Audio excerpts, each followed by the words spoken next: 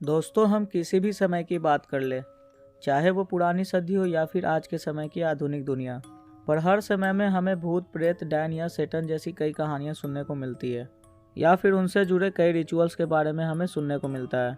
जैसे कि हमने कई बार एक्सोर्सिज्म के बारे में पढ़ा, सुना या मूवीज़ में देखा होगा। आज की मेरी वीडियो उसी एक्सोर्सिज्म पर बनी एक मूवी के ऊपर है, जो कि एक सच्ची घटना पर आधारित फिल्म है और आपको सोचने पर ज़रूर मजबूर कर देगी कि जिस चीज़ का ज्ञान साइंस के पास नहीं है, वो उसे कैसे साइंटिफिक बीमारी बताकर दबा देता है।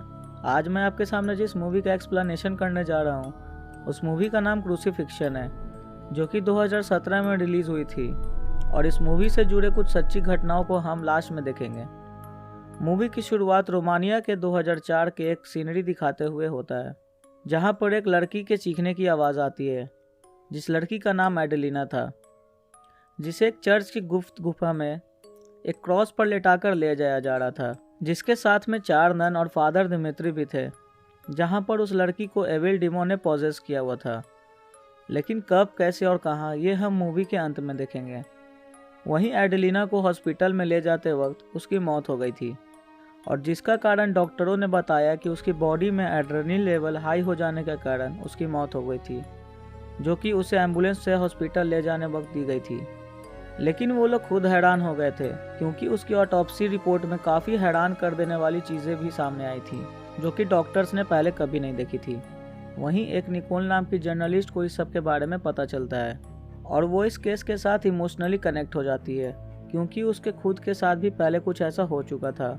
ऐसा नहीं है कि उसके साथ कोई डेविल का चक्कर था, बस उसके लिए वो इमोशनली अटैच थी। वहीं वो अपने बॉस से काफ़ी रिक्वेस्ट करती है कि वो इस केस पर काम करना चाहती है और वो उनसे इजाज़त लेकर सीधा जेल में फादर से मिलने चली जाती है। वहाँ पर फादर बताते हैं कि एडेलिना ने किसी के साथ शारीरिक संबंध बनाया था, जिसके सीन से वो बहुत ज़्यादा दुखी थी, जिसके वजह से उसको उस डिमोन ने पकड़ लिया था। फादर बताते हैं कि 3 दिन के लंबे एक्सोर्सिज्म के बाद फाइनली उन्हें उस डिमोन का नाम, जो कि एगरिस था, वो पता चल गया था। पर फादर बिशप के वहाँ आ जाने के कारण डिमोन शांत हो गया था, क्योंकि उसे पता चल गया था कि अब उसे रोकने वाला कोई नहीं है। और एम्बुलेंस में ले जाते वक्त एडेलिना की मौत हो गई थी। अब निकोल वापस जा ही रही थी कि फादर उससे कहते हैं कि तुम्हें गॉड ने हमारी मदद करने के लिए भेजा है, मैं जानता हूँ। अब निकोल सीधे अपने बॉस फिल से परमिशन लेकर सीधे जाती है डना को, जहाँ वो सीधा एडेलिना के पास पहुँचती है, जहाँ उसका अंतिम संस्कार होने ही वाला था। वहाँ पर उसे एक अनजान लड़का दिखाई देता है, जिसके वजह से उसका एक्सीडेंट होते होते रह जाता। तो उस लड़के के बारे में हम लास्ट में पता चलेगा। अब वो वहाँ पर कुछ लोगों से बात करने की कोशिश करती है, पर उसे उनसे कुछ खास जानकारी नहीं मिल पाती है। वहीं पर उसके मन में और सवाल उठने लगते हैं, जब एक सिस्टर, जो कि एडेलिना की बहुत करीबी दोस्त थी, वो उसको ये बताती है कि फादर ने उसको नहीं मारा है। अब वो पीछे मुड़कर वापस एडेलिना के बॉडी के पास जाकर उसे देखते रहती है और उसे उसको देखकर उसके ऊपर काफ़ी तरस आता है। तभी वहाँ पर अचानक से सारी कैंडल्स बुझ जाती हैं, जिससे वो काफ़ी ज़्यादा सहम जाती है और तभी उसे वहाँ पर एक गुफा दिखाई देती है, जिसके अंदर वो चली जाती है। उसे वहाँ पर बहुत सारी खून के बूंदें ज़मीन पर गिरी हुई मिलती है। जब वो और उसके अंदर जाती है तो उसे वहाँ पर एक गेट मिलता है और वहाँ पर वो एक क्रॉस को देखती है, जिसके ऊपर एडेलिना को क्रूसीफाई किया गया था। दरअसल जब आप किसी भी इंसान या किसी भी चीज़ को क्रॉस पर रखकर मरने के लिए छोड़ देते हैं, तो उसे क्रूसीफाई कहा जाता है। पर इस मूवी के अंदर एडेलिना के केस में उसे क्रूसीफाई नहीं किया गया था, उसे बस वहाँ पर बांधा गया था, जिसका फिर बाद में लोगों ने गलत मतलब निकाल लिया। असल में उसके ऊपर वहाँ पर एक्सोर्सिज्म किया जाना था, पर वो बीच में ही रुक जाता है, वो लेने लगती है, जिसको फादर बिशप आकर रोक देते हैं और वो उसे सीधा पकड़कर बाहर निकाल देते हैं। अगले ही सीन में हम देखते हैं कि निकोल वहाँ से निकलकर सीधा होटल वेला में चली जाती है। वहाँ पर रुकने के लिए वहाँ पर उसे कुछ अजीब रिचुअल्स दिखाई देते हैं, जिसके बारे में वो पता करती है। तो उसे पता चलता है कि जब कोई नन वहाँ पर पॉजेस होकर मर जाती है, तो गांव के कुछ लोग मास्क लगाकर उस नन का हार्ट निकाल लेते हैं और फिर उस हार्ट को जलाकर उसका राख पीते हैं, ताकि किसी और के साथ ये ना हो सके। तभी होटल के मालिक उसे बताते हैं कि ये सब सिर्फ एक जश्न बनाने का तरीका है, ये सब एक अफवाह है। अब आगे निकोल फादर एंटोन से मिलती है, जिनका इस मूवी में काफ़ी बेहतरीन रोल है, तो आगे इस वीडियो में बने रहिएगा। अब निकोल फादर एंटोन से कुछ सवाल करती है तो उसे वहाँ पर दो लोगों के बारे में पता चलता है, सिस्टर बादोवा और एडेलिना के भाई के बारे में, जिसका नाम स्टीफन था। फादर एंटोन उससे कहते हैं कि और ज़्यादा जानकारी के लिए उसे फादर बिशप से मिलना चाहिए।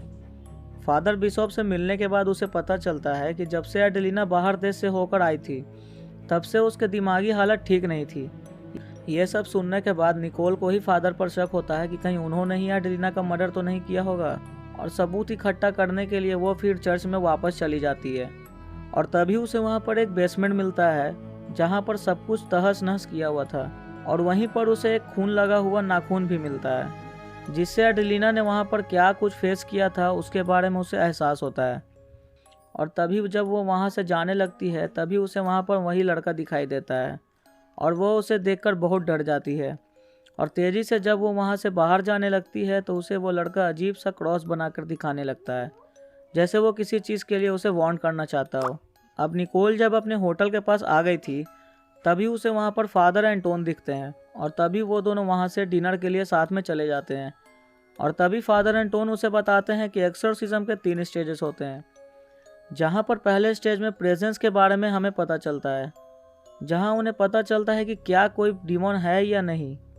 उसे खाना पीना खिलाया जाता है, लेकिन वो डीमन वो सब खाने से मना कर देता है। और दूसरे स्टेज में हमें पता करना होता है कि डीमन का नाम क्या है, क्योंकि नाम पता करने के बाद उस डीमन को हेल में भेजना आसान हो जाता है। वहीं थर्ड स्टेज में डीमन को कुछ स्पेल की मदद से उसका नाम लेकर उसे हेल में भेजा जाता है, क्योंकि अब उसे पहचान लिया गया था। लेकिन एडेलिना के केस में यह पॉसिबल नहीं हो पाया था, क्योंकि डीमन हेल में नहीं गया था। वहीं फादर उसे बताते हैं कि एक डीमन के लिए एक इंसानी शरीर बिल्कुल एक वेसल की तरह होता है, जहां पर वो कहीं भी कभी भी अपने आप को ट्रांसफ़र कर सकते हैं, और उस प्रोसेस को ट्रांसफेरेंस कहते हैं। अब एंटोन उसे एक बुक देता है और निकोल उसे लेकर अपने होटल में वापस आ जाती है। वहीं पर वो अपने लैपटॉप को खोलकर उस क्रॉस की तस्वीर को देखने लगती है, जहां पर उसे कुछ आकृति दिखाई देती है जो कि शायद एग्रीस की तरह देखने में लग रहा था। अब अचानक से हमें दिखाई देता है कि उसके ग्लास में एक काला कीड़ा नजर आता है, और अगले ही पल उसका लैपटॉप का स्क्रीन फ्लिकर करने लग जाता है जहां पर वो एग्रीस की तस्वीर खोज रही थी। और तभी उसके ड्रिंक में हमें 2 और कीड़े नजर आते हैं। अब शायद डीमन उसे भी पोजेस करने लगा था, क्योंकि याद है फादर एंटोन ने बताया था कि डीमन कमजोर आत्माओं में ट्रांसफरेंस करता है। अब अगली सुबह निकोल हमें एडेलिना के भाई और उसके करीबी दोस्त के पास जाती हुई दर्शाई जाती है, और हम देखते हैं कि सिस्टर एडोबा बताती है कि उसकी मौत शैतान ने किया था, ना कि किसी बीमारी के कारण उसकी मौत हुई थी। तभी एडोबा निकोल को बताती है कि कैसे उसने एडेलिना के अंदर उस भयानक शैतान को देखा और सुना था, इसलिए वो इतनी कॉन्फिडेंट है कि एडेलिना को एक शैतान ने ही पकड़ा हुआ था। कुछ और पूछताछ करने के बाद उसे पता लगता है कि एडेलिना जर्मनी में थी, और वहाँ उसने किसी आदमी के साथ शारीरिक संबंध बनाया था जिसके कारण उसके मन में गिल्ट था, और वो वापस अपने गांव लौट आई थी, क्योंकि वहाँ पर उस लड़के ने उसे धोखा दिया था, जिससे सिर्फ उसकी दोस्त बादोबा ही वाकिफ थी। पर आगे हमें एक इंटरेस्टिंग कैरेक्टर के बारे में पता चलता है जिसका नाम फादर गैब्रियल था, और क्योंकि एडेलिना और उसके दोस्त बचपन में एक ऑर्फनेज में रहा करते थे, वो लोग एडेलिना और बाकियों के लिए एक पिता के समान थे, जिनसे मिलने एडेलिना चर्च जा रही थी। तभी वो वहाँ पर देखती है कि फादर गैब्रियल ने वहाँ पर सुसाइड कर लिया। अब ऐसा क्यों होता है ये सब तो हमें बाद में पता चलेगा, पर इतना आप समझ सकते हैं कि इसकी वजह से या फिर शायद इसके कारण इस सब की शुरुआत हुई थी। वहीं ये सब देखकर एडेलिना फादर के पास जाकर बहुत रोने लगती है, और अब ये सब देखकर एडेलिना अंदर से ही टूट चुकी थी। जर्मनी में प्यार का धोखा और यहाँ पर बाप समान आदमी की मौत, ये सब देखकर उसे काफ़ी दुख पहुँचा था और उसे काफ़ी सदमा भी पहुँचा था। उसके बाद से ही वो चर्च में जाने से कतराने लगी, और उसके साथ कई सारे अलग अलग डिमोनिक हरकतें भी होने लगी थी। अब निकोल जब अपने रास्ते से वापस घर की तरफ आ रही थी तब उसे वहाँ पर फादर एंटोन मिले, जिनके साथ वो डिनर करने चली जाती है। तभी उन्हें वहाँ पर वो अपना दुख बताती है कि कैसे जब वो अपने काम को लेकर बाहर रहा करती थी तो उसकी माँ को कैंसर हो गया था, और कैसे जब वो अपनी माँ को एक थेरेपी के लिए ले जाना चाहती थी तो कैसे उसकी माँ ने उसके साथ वहाँ जाने से मना कर दिया था, ये कहकर कि अब वो गॉड के पास है और उससे कुछ नहीं होगा। और कुछ ही दिनों बाद वो मर जाती है, जिसके कारण निकोल का गॉड पर से भरोसा उठ चुका था। यही कारण था कि उसके पॉजेस होने के चांसेस बहुत ज़्यादा थे, और ऐसा हो भी चुका था। तभी एंटोन उसे बताता है कि उसके गॉड को ना मानने की वजह से उसके लिए वल्नरेबिलिटी बहुत ज़्यादा है। वहीं उसे वहाँ वो अजीब बच्चा दिखाई देता है जो कि एक अजीब सा मास्क पहनकर उसके कान में कुछ फुसफुसाता है, और वो अपने होटल में जाकर रिसेप्शनिस्ट से पूछती है कि इसका मतलब क्या होता है। तभी वो रिसेप्शनिस्ट उसे बताता है कि इसका मतलब इट्स वॉचिंग यू होता है, और वो उसे बताता है कि वो लड़का तो बेजुबान है, तब वो आपसे बात कैसे कर सकता है। ये सब बहुत ही अजीब था, और वो इस अजीब मूवमेंट को देखकर काफ़ी हैरान थी। और यहीं अब निकोल पॉजेस होने लगी थी, और उसे एंटोन से प्यार भी हो गया था, और वो उसके साथ शारीरिक संबंध बनाने के बारे में सोचते रहती थी, या फिर कोई डिमोन उसे कुछ ऐसा फील करवा रहा था। अगले ही दिन निकोल उस लड़के के घर जाती है जो कि बोल नहीं सकता है, लेकिन उसका डॉग उसकी गाड़ी के ऊपर हमला कर देता है, जिसके कारण वो तेज़ बारिश में वहाँ से निकल जाती है। वो वहाँ से सीधा सिस्टर वादोवा के घर जाती है, और उसे वहाँ पर और भी कई सारे बातें पता चलती हैं, जैसे कि एडेलिना को डेविल ने पोजेस कर लिया था, और वादोवा उसे कुछ पास्ट के इंसिडेंट्स के बारे में बताती है कि वादोवा एक दिन सोते हुए देखती है कि एडेलिना को कुछ हो रहा है, और वो बहुत ज़्यादा तड़प रही है। और जैसे ही वो चादर को हटाती है तो वो एडेलिना के प्राइवेट पार्ट्स के ऊपर मक्खियों को चिपकी हुई देखती है। ये देखकर वो घबरा जाती है, और वो वहाँ पर होली वाटर रख देती है, जो कि एडेलिना को बिल्कुल भी पसंद नहीं आता है, और वो गुस्से में पूरे रूम में सब कुछ तहस नहस कर देती है। इसके बाद एडेलिना के दिमागी हालत के बारे में भी उसे कुछ पता चलता है। अब इस हादसे के बाद वो लोग एडेलिना को डॉक्टर फ्यूनर के पास ले जाते हैं, और वो उसे बताती है कि एडेलिना को हर समय लगता था कि हम सब डिमॉन्स हैं जो कि उसे पॉजेस करने की कोशिश कर रहे हैं। इस बीमारी को डॉक्टर ने बताया कि स्किज़ोफ्रेनिया बोला जाता है, जिसमें लोगों को बहुत ही ज़्यादा हेलुसिनेशन होता है, और उन्हें ऐसा लगता है कि सब लोग उसे मारने के पीछे लगे हुए हैं। सिस्टर वादोवा बताती है कि जिस दिन एडेलिना का एक्सोर्सिज्म हो रहा था उस दिन वो वहीं पर थी, लेकिन वो इतना वहाँ से चली गई, और वो वहाँ पर थी तो सही, लेकिन उसका हिस्सा नहीं था, सिर्फ इस चीज़ के कारण कि डिमोन ने वहाँ पर बंद कमरे में बारिश करवा दी थी ताकि उसके ऊपर होली वाटर काम ना कर सके, जिसके कारण वो बच गई थी। अब निकोल अपने होटल में वापस आ जाती है, और एक अजीब सी डिमोनिक आवाज़ उसे सुनाई देती है, जिसके कारण वो काफ़ी डर जाती है। और तभी फादर एंटोन भी वहाँ पर आ जाते हैं, और वो फिर से उसके साथ शारीरिक संबंध बनाने के बारे में सोचने लगती है और सो जाती है। और अगले ही दिन जब उसकी नींद टूटती है तो वो देखती है कि वहाँ पर एक पर्ची रखी हुई है, और उसमें लिखा है कि तुम एक ग्लास ड्रिंक पीते ही सो गई थी। उसी रात निकोल जब अपने कार से कहीं जा रही थी तो उसकी कार खराब हो जाती है, और उसे वहाँ पर फिर से कोई डिमोनिक प्रेजेंस फील होने लगती है। वो वहाँ पर बहुत डर जाती है, और उस कार को वहाँ पर छोड़कर दूर भाग जाती है, और उसे ऐसा लगता है कि उसका कोई पीछा कर रहा है। तभी थोड़ी देर बाद वहाँ पर एंटोन आकर उसे वहाँ से ले जाता है, क्योंकि उसने उसे फ़ोन किया था, और वो उसे लेकर चर्च में आ जाता है और कहता है कि तुम यहाँ पर सेफ रहोगी।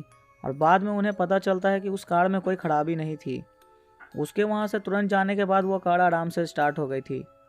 निकोल अब वहाँ पर इतनी ज़्यादा डर गई थी कि अगले ही दिन होते वहाँ से निकल जाना चाहती थी, और अगले दिन वहाँ पर वो सब कुछ लेकर जाने लगती है। और तभी वो देखती है कि सूरज की किरणें वहाँ पर बहुत ही ज़्यादा सुंदर चमक रही है, और कहा जाता है कि सूरज की ये किरणें गॉड की उंगलियाँ होती हैं।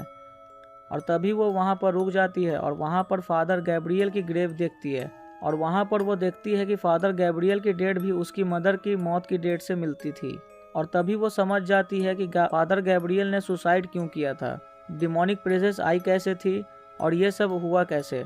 अब वो उस चर्च में वापस जाती है, और वहाँ पर सिस्टर से पूछती है कि फादर ने आखिरी बार यहाँ पर एक्सोर्सिज्म कब और किस पर किया था। और वहाँ पर बुक में देखने पर उसे एक नाम मिलता है, तावियान अनामार, और वो वही बच्चा था जो कि बोल नहीं सकता था। और अब उसे वहाँ पर पहुँचकर पता चलता है कि वो बच्चा अपने पिता के लिए फादर को बुलाकर लाया था। ऐसा निकोल को उसके पिता से बात करने पर पता चलता है कि वो अपने बच्चे को मारने ही वाला था उस डिमोन की वजह से, लेकिन फादर ने मुझे रोक लिया। और वो बताता है कि उसका बेटा बहुत खास है, भगवान के साथ उसका स्ट्रॉन्ग कनेक्शन है, क्योंकि वो बोल नहीं सकता है इसलिए डिमोन उसे पॉजेस नहीं कर सकता है। उस दिन इसलिए वो कार से फादर को लाने खुद नहीं गया था, क्योंकि डिमोन उसे आधे रास्ते में ही मार देता, इसलिए उसने अपने बेटे को फादर को लाने के लिए भेजा था। और तभी निकोल उससे सवाल पूछती है कि क्या फादर को उस डिमोन का नाम पता चला था या नहीं। और ऑब्वियसली उन्हें उसका नाम पता चल गया था, क्योंकि तभी एक्सोर्सिज्म कंप्लीट हो सकता है। पीछे से बच्चा निकोल को इशारा देता है कि हाँ, और टैंकर के ऊपर उसका नाम लिख देता है अगारिस। और ये वही डीमन था जो कि सबको पॉजेस कर रहा था। अब धीरे धीरे सारे धागे जुड़ गए थे कि फादर के अंदर डीमन था और डीमन ने फादर को सुसाइड करने पर मजबूर कर दिया था। और फादर की मौत एडेलिना के हाथों में हुई थी, जिसके बाद ट्रांसफेरेंस हुआ और वो डीमन एडेलिना के शरीर में चला गया और अब वो निकोल के शरीर में भी ट्रांसफेरेंस करके जा चुका था। पर वो कैसे? वो ऐसे कि तभी निकोल ने फादर एंटोन को फ़ोन लगाया और वो उसके शरीर पर हावी हो गया था। और तभी वहाँ पर बंद कमरे में फिर से बारिश होने लगती है और अब वो डीमन अब अपनी पूरी कोशिश करने लगता है कि निकोल के ऊपर वो हावी हो सके।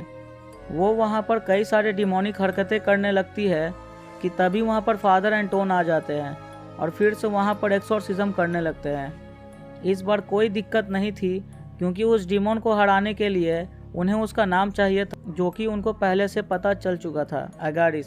पर एक्सोर्सिज्म में क्या खास बात होती है कि आपको भगवान के ऊपर श्रद्धा होनी चाहिए, जो कि निकोल को बिल्कुल भी नहीं था। पर आखिर में निकोल भगवान पर भरोसा करती है और वो उस डीमन को हराने में कामयाब रहती है।